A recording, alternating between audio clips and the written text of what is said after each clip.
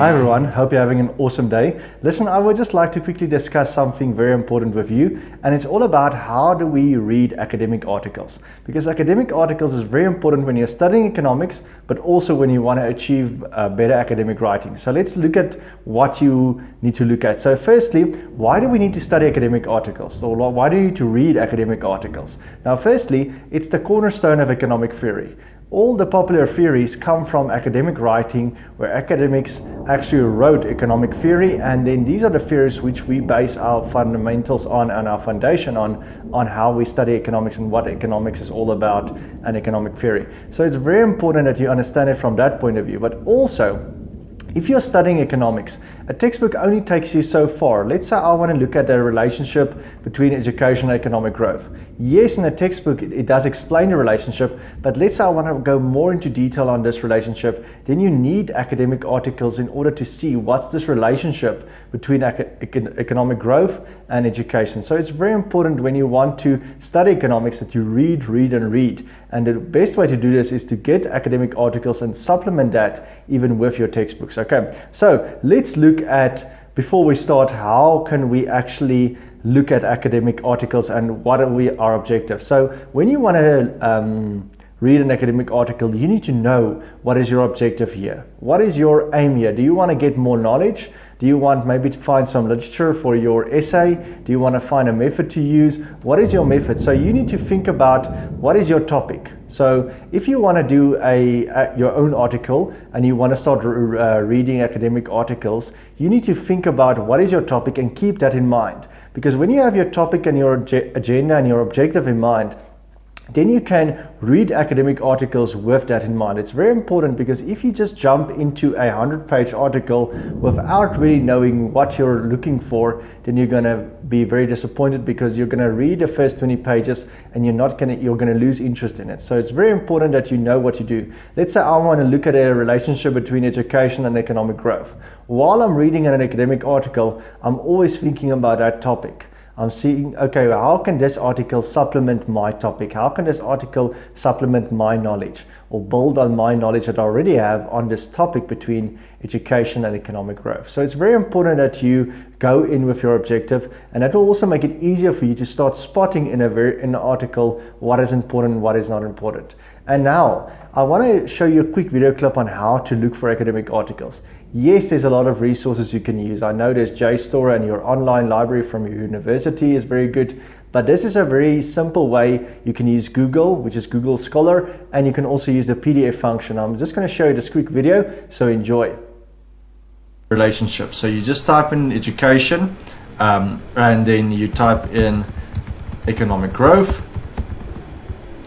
From this, what you will see is you can now say the word PDF afterwards, which will now make all your searches based on PDF. And now you can see there's articles from ResearchGate, which you can just click on.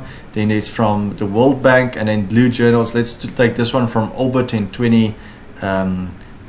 And if you click on this, it will probably open you in the PDF view already, and then you can just download the article, Impact of Education Growth, the Case of Mauritius. As you can see, this is the nice article. It has an abstract and introduction and everything in, and the journal, the volume and the number which was published, and I can just download it. So that's the first way of doing it. So now we can also go back. You can also go to Google Scholar. As you see, here's a link to Google Scholar, but if you want to start afresh in Google Scholar, we can always also do that. You say Google Scholar,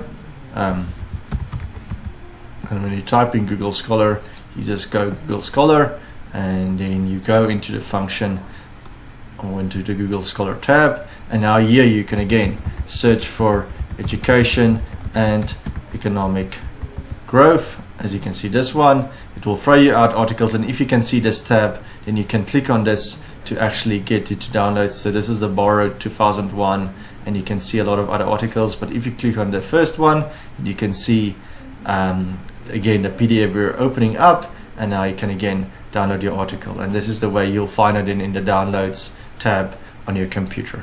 Okay, so that's just the way how you can now search for articles using this simple just a web browser on your computer. But that's a start, because there's a lot of other places where you can actually look for articles that you can also try.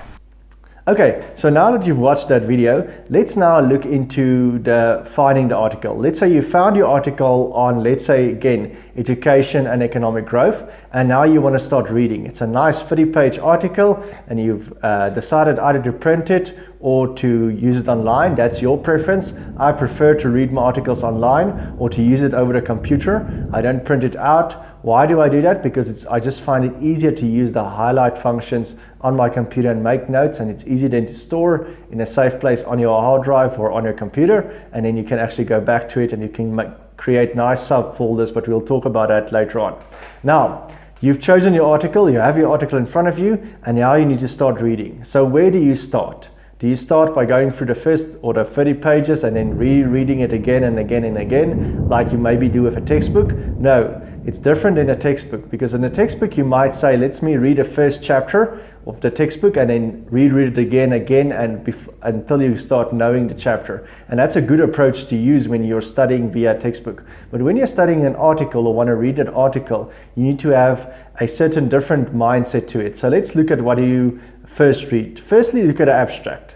Your abstract is the most important part of your article, because that's a general summary of the article, and your first objective when you're reading an article is to get a clear point of what is going on in the article. You want to know what is in the article and what's the objective of this article.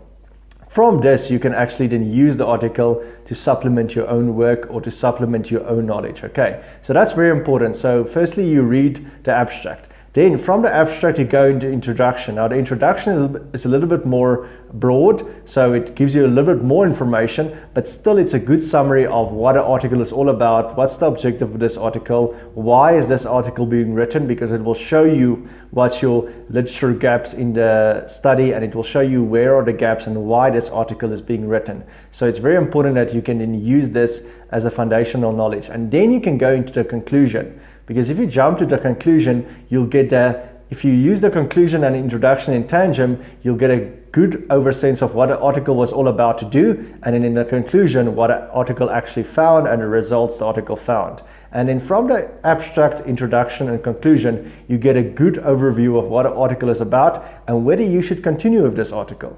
Because again, if you find an article sometimes an article can be excess of 60 pages or 50 pages. Now you want to start reading this article or this document, but still you don't know if you should use your time to do it, because it can be time consuming. So that's why you first read the abstract. If it doesn't have an abstract, that's fine. You go to the introduction, you do the introduction and the conclusion, and then you look at what am I looking at here? What is this article about? If you're interested in this article and you feel it can definitely improve your knowledge in the subject or even help you with your own essay, then you go and read the literature review and methodology as per normal. And then also take note of the references, because it's very important to know that yes, I might be reading an article that might not interest me that much, but the article or the references within that article might be just the article I'm looking for. So really important. So when you're reading an article, yes, it might not be exactly your concept or your essay or your topic, and you might get discouraged, but you might find a reference in that article that's exactly what you're looking for, and that's the article. You can go down to the reference listing and then copy that reference and search for it and download that article and read that article. And so on, you build almost until you find the perfect couple of articles that really, it's almost like a model article where you base your study on. So when I approach academic writing, I have my topic in mind, but then I need an article that I can really follow, something that I feel I can almost build my foundations on. And it takes me some time sometimes to find this article, but once I found this foundation article, then I know I can build around it. So don't be scared, just go and search for this article as long as it takes, and then when you find this article, you save it as your most important article, the backbone of the study, and then you build on this article and see what they reference, and you can even then expand on that and search for other articles in your country or your specific field if it's a little bit different. Okay, so that's just a bit of the point, but very important to note also. And then lastly, I just also want to talk about If you now continue reading the methodology, now the methodology can be very technical, but it can also be very useful, because in the methodology you'll find ways at which the author approached the question and answer the question via empirical results. And this is very important, so you can actually look at the methodology being used, and then you can also use the same methodology if it's relevant to your study, and then you can reference that person using the methodology. So it's very important that you look at that methodology in detail if you feel this article is very much in line with your study. So let's say again I'm doing an educational and economic growth article, and if I feel the methodology is in line with mine, then I can try and apply this methodology to my country specific or specific topic on education and economic growth. And then lastly, once you've now done the article and you've highlighted all the sections that you wanted to, save the article on your computer. Now if you reopen it again, you can go and reread it again and reread maybe the sections that you struggled with. And that's another thing that's very important, is that if you struggle with a section in the article, let's say you read the introduction and you don't know what's going on, don't stress, because remember, this person writing this article is an expert in this field. You're not yet, because you're reading the article to become an expert. Maybe to test yourself. If you're already an expert, great, but if you're not, then you're reading the article to become an expert. So you are creating knowledge, or you are reading to get some more knowledge out of this article. So don't be afraid to reread sections over and over again. So sometimes I have to read an introduction twice before I actually see what's going on, and even 3 times before I actually understand what's going on in this introduction. Why? Because sometimes this is out of my field, and thus it might seem strange to me, the wording and the terms being used. But as you read the section over and over, you get used to it. That's why academic writing is very important, and you need to really use your time well and focus specifically firstly on the abstract, introduction and conclusion before you go into the technical part, because you don't want to waste time on an article that will not bring you knowledge in your specific field. Okay, so that's all I had for you to do for today. Just some more tips on how to approach academic article reading. Be curious. It needs to be a hobby for you. If you look at academic writing and you say, listen, I need to do this as a work, it needs to be a hobby. You need to sit down, make a nice cup of coffee for you, play some nice music. I like playing music in the background while I'm reading. I like the noise. So I then start reading, and before I know it, I've read through 10 pages and I know exactly what's going on in the article. But read with intent, be curious. Ask yourself, why is the author saying this? Compare it to something else you've read.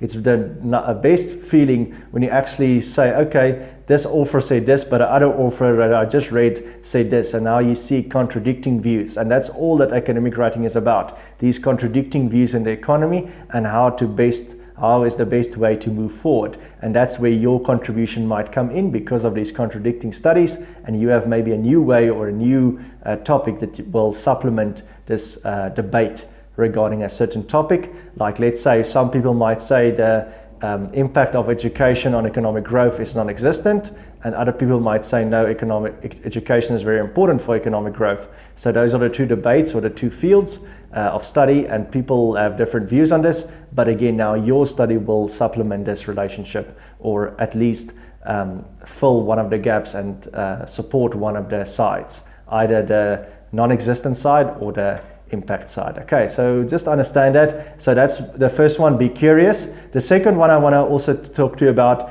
is know your time limit, or know the value of time. Remember, you need to read with speed, efficiency and proficiency. Okay, so you really need to work on this and read your article so that you can actually use the least amount of time but get the most amount of information in from the article. Okay, that's the best way to do it, because if you used 3 or 4 or 5 days to read one article, you can get lost in the technical part, and then you will feel discouraged. Okay, so rather do it quickly.